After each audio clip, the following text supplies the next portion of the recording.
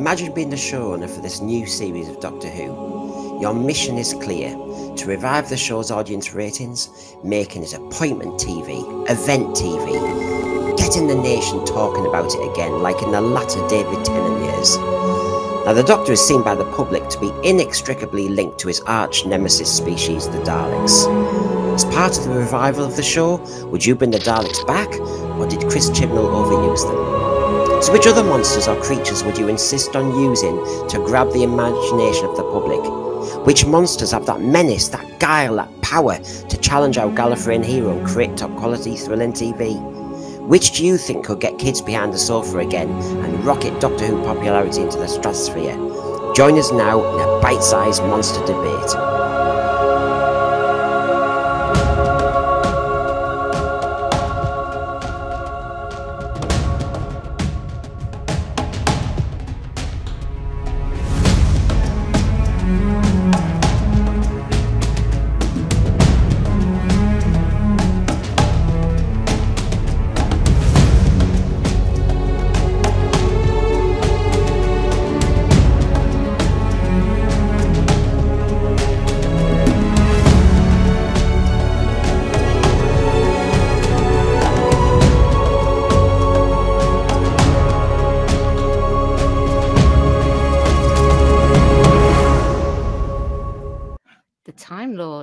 Man, I'm starting to sound like Scales talking about there should be more than just one showrunner. You know, he came on and did a stream with me and John Yolden the other day. We had fun with that. This was my choice, I believe, unless it was somebody else's as well. But please bring them back, fix them, do something to erase the whole. Okay, in theory, a Cyberman that gets shot and regenerates and gets back up, in theory, that could be kind of neat. Say, like, you splice some DNA in there or something like that. But, like, I didn't need all of Gallifrey getting killed when I've been waiting over 10 years for them to get back there and tell me some of the secrets. I just want the secrets, right? So I would like for them to bring the Time Lords back. Obviously, you ask the questions, like some people say it's dead or it's alive. You know, maybe that's what should be decided is, like, you know, obviously the show's still alive because it's still going, but for it to not be like metaphorically dead, they need to pull off some sort of turnaround where they can fix and like kind of retcon some of these mistakes. And I hate to just keep throwing off on Chibnall, but obviously Timeless Child, the Cyber Masters, and I hate that stuff, man. So bring the Time Lords back, give me the goodies. Maybe we even free Barusa from his imprisonment or something. Come up with a new actor, but I would like that, or maybe even like an episode or series of episodes where the Doctor goes back to the history of the Time Lords and maybe somehow gets involved with that. But I want to see them more, and I just think there's something there that they're not exploiting. I think there's just something special about it they could be using that they're not. I don't know what. Or I'd come up with it and write it myself, but I just think there's something there. They've got a gold mine there that they're not tapping. Oh, there's no reason why they couldn't. I mean, well, Traken, keep on Traken. That planet was destroyed, but they revisited it in the audio drama. Sorry, Brandon, spoiler warning. I should have. Oh, good. Hey, I'm thankful, guys. And I'm loving it. So, yeah, I'm down. Yeah. So yeah, there's no reason. There's no reason why they could. What do you think, Brendan?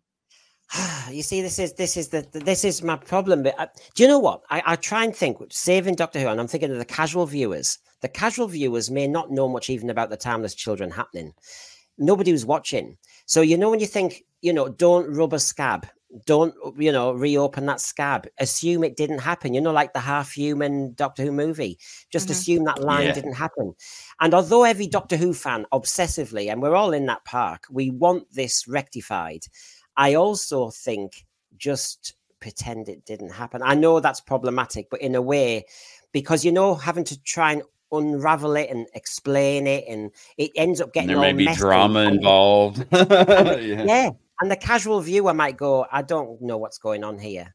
You know, what was wrong with the Doctor Who movie? They had that bit explaining regeneration at the beginning with another Doctor, and that was a mistake, really. So if you ever have the Time Lords back, and I do want them back, they'd need to just suddenly appear as if they were back in Deadly Assassin That was their peak, I think. I think Well, yeah, for they don't even have to visit those crazy cyber ones or whatever. I guess it could be a different time and they could just ignore it. I'd be fine with that too. Yeah, it's just I just don't want them to have to get bogged down in stuff. Have a good story, you know? I think what Brendan's saying like is the logical approach. So of course I'm thinking of like as the fans, nerd. Yeah. But like what Brendan's saying would be more like the approach the original and new show had, where we start smaller, we get you hooked into what we've got, and once you asking mystery, especially for me when I was a new viewer for New Who, it's like, oh, okay, what is this? Time Lords and a time war and all that stuff. So like as you kind of slowly unpeel the onion or the orange or whatever. So I think Brendan's got a much more measured approach to it that would probably appeal to like a broader fan base, and I would be willing to be patient for the bigger payoff for them to do something slowly. You know, like you could even. Oh, sorry, Brendan. Go on. Oh, no, sorry. You know, like, for example, in Terror of the Autons, the Time Lord just appeared. And just in Genesis of the Daleks, the Time Lord just appeared. Have the Time Lords never mentioned? And then suddenly one character appears. And so the Doctor goes, what the hell? And they almost just knock their nose and go, there's more. You don't know what's been going on behind the scene. You know what I mean? That's one of the things I think sometimes Doctor Who's been the best at is like stringing you along for the mystery, but not necessarily in a way that makes you mad and want to stop watching. You just keep taking the crumbs and following the trail for more, you know? Yeah. Brendan, that was exactly what I was going to say, actually. So you took the words right from my mouth. But yeah, like have one of them maybe and then build it up. Yeah, I like that. That'd be nice, yeah. Yeah, I mean, I quite like the Time Lords, but we don't get to see much. I like I say this a lot. I know because like I'm so big on like the story quality and everything, but like there's just certain aesthetic things. God, I hope you people over there in England can understand me. But there's certain aesthetic things about Doctor Who that I find just really appealing. Like an example is like the look of Sutekh. I like the look of the Time Lords and all that sort of stuff. So I mean, I think there's a lot of special stuff about Doctor Who that maybe they aren't exploiting, but that's just some of the things that appeal to me about it. And I like the Robert Holmes idea of the CIA, the Celestial Intervention Agency. And I love the idea that I mean, now and again they could just say we've taken control of your TARDIS. And you're here with a mission, a bit like you had to kill the Daleks, right? And then of course he's thinking, I thought you weren't here. I didn't think you existed. And of course the fans will be excited, but no explanation. And he's also been directed. You can win on this one.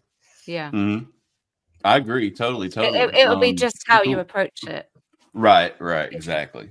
Sorry, well, here's a funny scenario, guys. Like, how you'll be like, man, you know what we need is another Philip Hinchcliffe, another Robert Holmes, another Terrence Dicks, or man, we need another RTD. Well, he's still alive. He should come back. And, maybe not. Yeah, because like that was like one of those fantasy things. Well, they need to bring RTD back. He'll fix it. Okay. Yeah. So here we sit now. And then we had that. Certainly, it was very interesting, those specials. But let's find out who's next.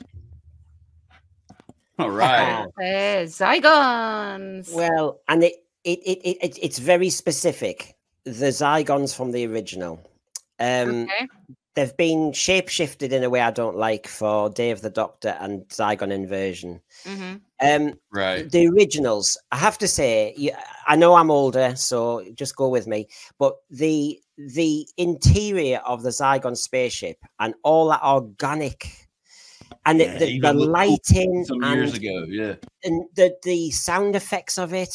I know that actor's no longer with us, but the one who played Broton, outstanding voice, and they're actually very sinister, aren't they? I mean, I can see now certain shots from the original when one went to grab the neck of Sarah Jane, and they've got speed on them, and of course the other crucial thing that I think is important with Zygons, because I was actually watching Sarah of the Zygons the other day, and they were talking about they need a planet, and so they're still out there, and they'd called for the mothership to come to Earth. So that's not been resolved ever in Doctor Who. And the other thing is, they're shapeshifters, so you can go cheap. You can certainly have, like I've mentioned in our previous show about Taron Capel and Magnus Greel, you don't have to see them all the time. So therefore, you always get that lovely little bit of shock value. You know our problem with monsters sometimes. And I went down my list of who I could choose. And of course, yes, Daleks overused, Cybermen overused, blah, blah, blah, blah, blah. I thought the Zygons you can do a lot with just in small doses again, because they will have integrated. It sounds like I'm doing the Zygon inversion again. I'm not. You can find them on another planet. They can shapeshift to anybody. The beauty is the Doctor never knows who he's dealing with. It could be a Zygon. And that's great that. The Zygons could be everywhere, but you don't know it. It's just if you can get to the original presentation, the original voicing, the original organic spaceship, and not... I mean, they made them have pointed teeth in the latest ones. They didn't look like that. Don't do it. They were the spaghetti hoop men. That's what they were, the spaghetti hoop men. Brendan, in the original, wasn't it that the difference between, say, like the new Who Zygons and the originals, didn't they actually have to put the person that they wanted to copy in the booth and have them alive and in the booth to copy? Whereas in the new stuff, it was just like contact. I like... Because, I mean, you know, they've already got an advantage by being able to shapeshift, right? So why not give them that little story crutch? I mean, because that adds an element for me is they've got to have the person and put them away to copy them. You know, I think that was I like that way of doing it in the original. It's more scary. And you've got the shock value of if they ever reveal. You know, that one moment when it went from a nurse to a Zygon behind Sarah Jane was 1 second. That's all you need. But then the other thing is, if the original kind of husk of the body is still alive somewhere, the Doctor's got to deal with the peril, but then deal with the rescue. So you've got a lot that can go on. And of course, I'm not saying it has to be cheaper, but, you know, I think less is more. We've said the Time Lords, less is more. The one Dalek was better than the whole army of Daleks. One Time Lord better. Zygons in small doses would be much more authentic, I think. I'm glad I didn't choose them now since you did, because I almost did. I was like, I don't know how to justify it, but Brendan did. So I agree with that, man. And plus, they definitely could integrate the new Who elements and just maybe kind of improve on some things. Yeah, both very good choices. Awesome. So the next one is actually one that everyone will definitely know, unless they've obviously started watching the soft reboot that we are having in May. But this one is classic, but in a very different way. The Weeping Angel. Okay. Now I know that I picked this. I don't nobody else, but I want the origin of the angels. I mean, is it revealing too much to get their origin?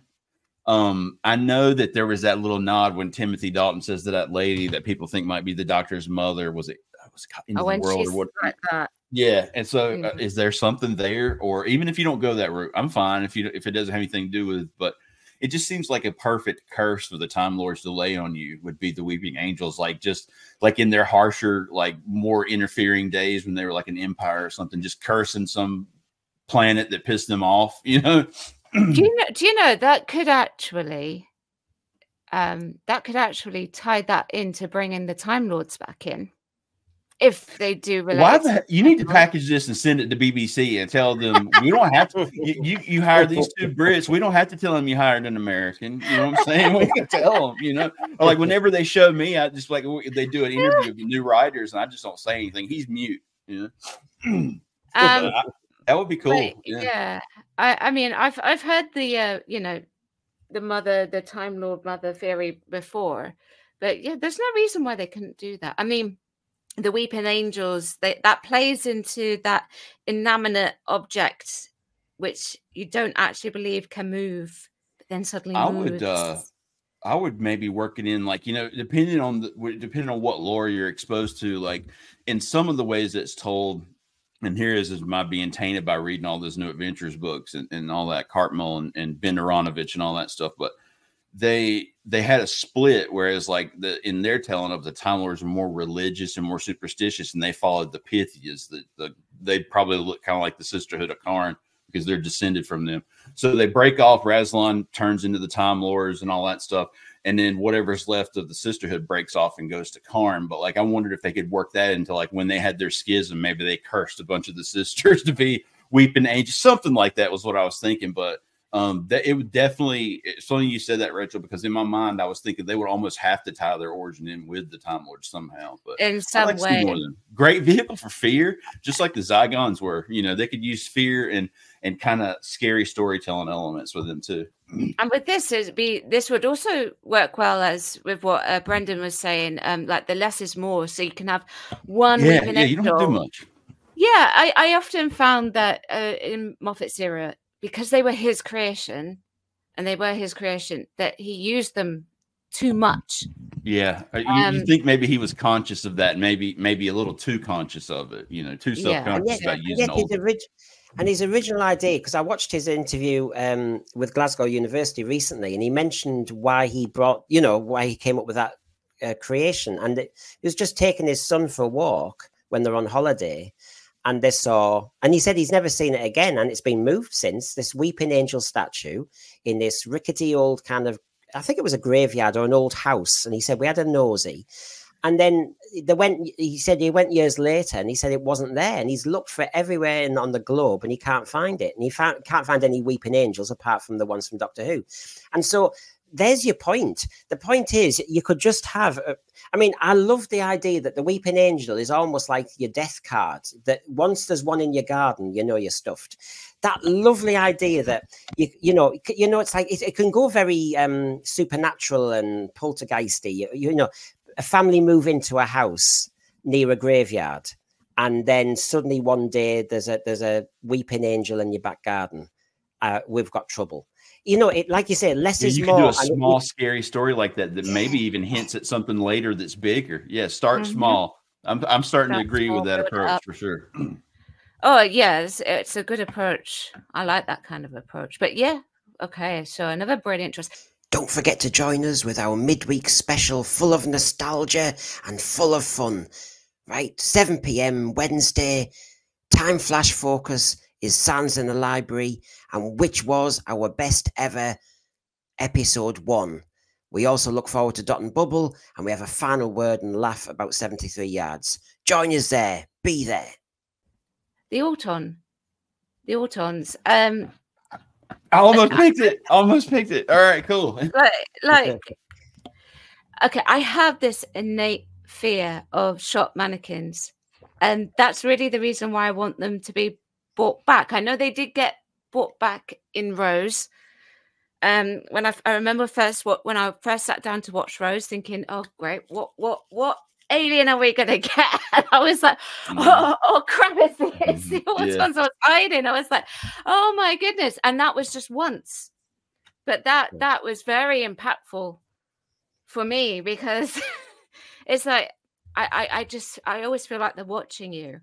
I like the way they look in classic better than new, personally. Yeah, and me too. I don't like it. Moffat kind of bastardized them with the whole Rory and involving him and all that stuff. But I'd like to see more of like the original nesting consciousness, that sort of stuff. Go back to that and maybe explore that a little more. It's a weird one. It's a weird one, isn't it, Rachel? Because you said the shop mannequin thing is the thing you fear, and yet the originals, which I agree we should have, didn't look totally like mannequins. I mean, look at the police officers in the car when he ripped off their mask, and it was just look at them when they're in that factory being made, and they're all just in blue overalls, and they basically had their kind of cloudy mask on. And as a kid, that freaked me out. And in a way, it's a bit like Carry On Screaming. They can then be made into a mannequin if necessary, but they're just a kind of core plastic, and you can have your own different exteriors.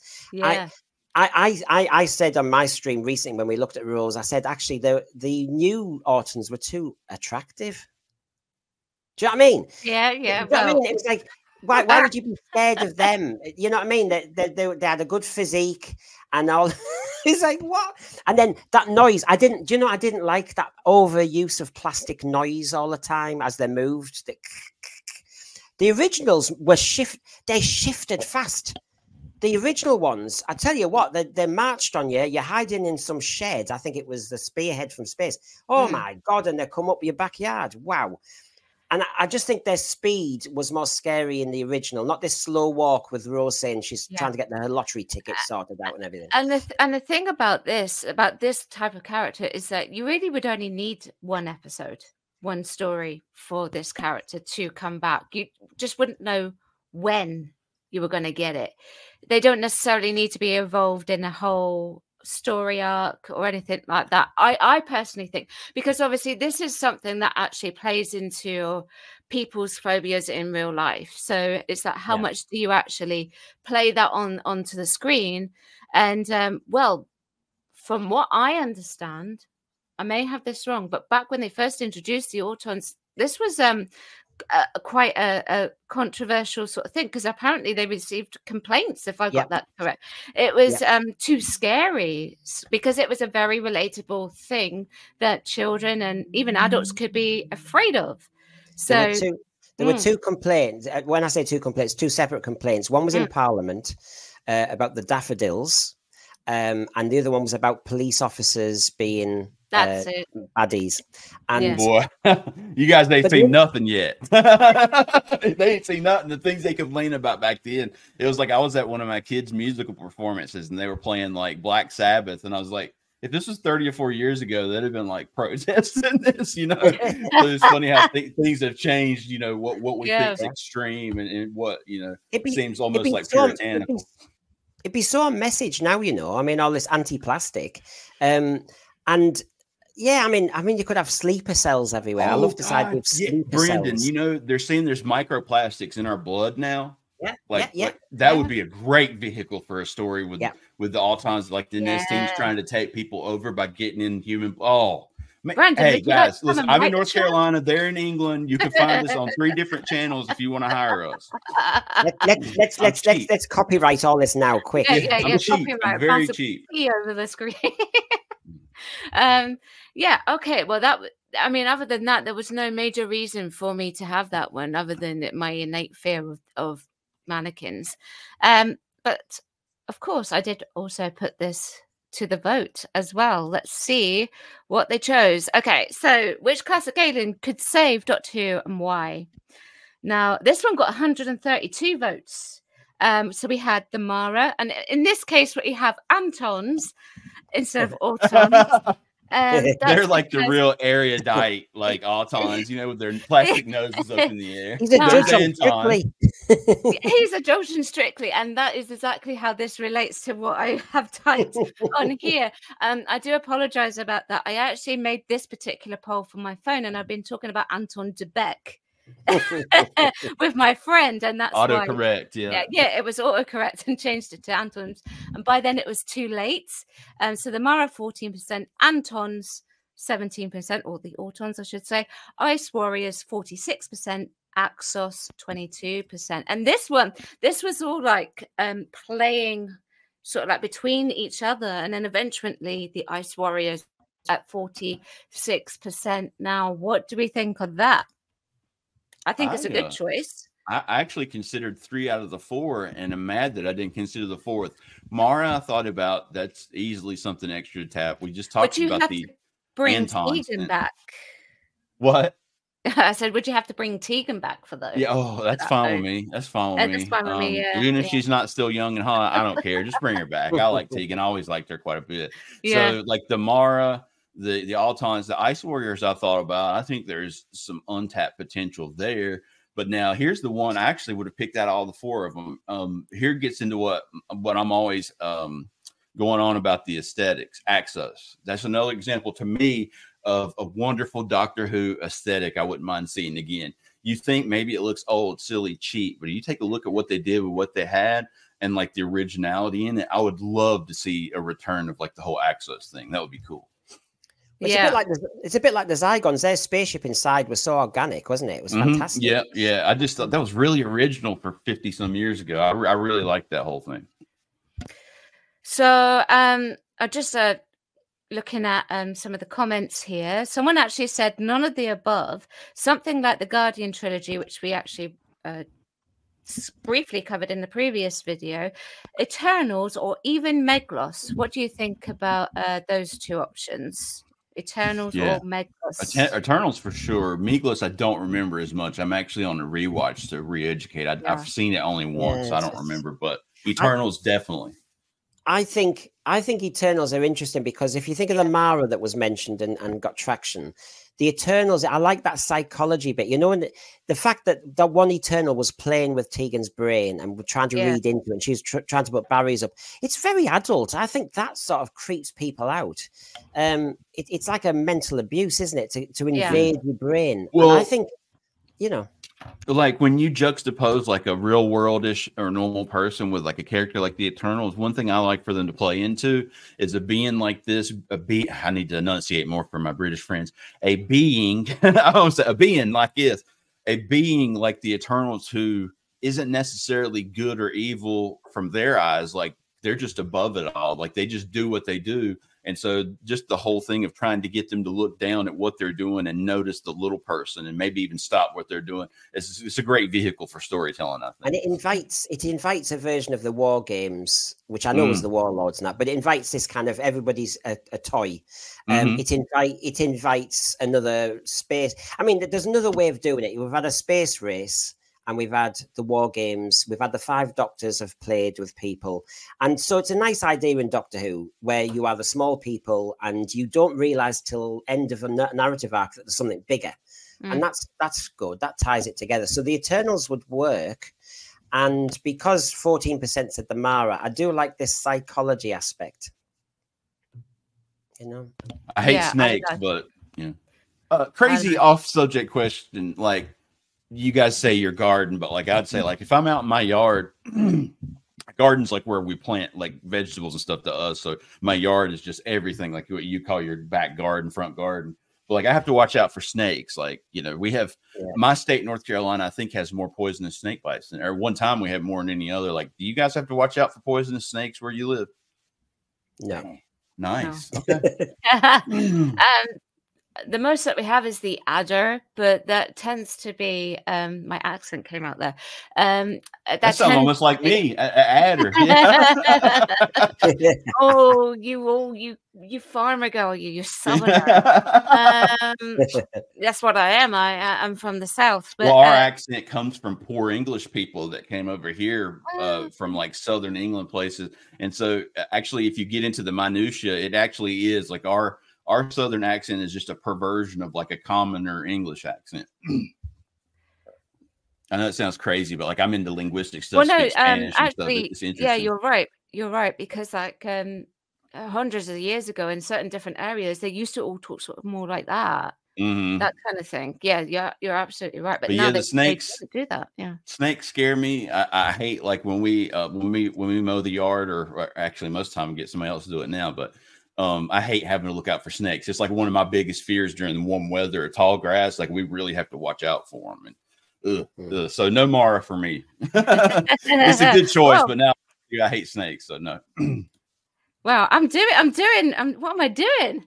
I don't know. I'm really intrigued by these Antons. I think these Antons, the new creation of the Autons. They're very dangerous. They make you dance in certain tango and salsa. Anton would be an Auton dressed as like a maitre d' with the cloth. That's what would happen.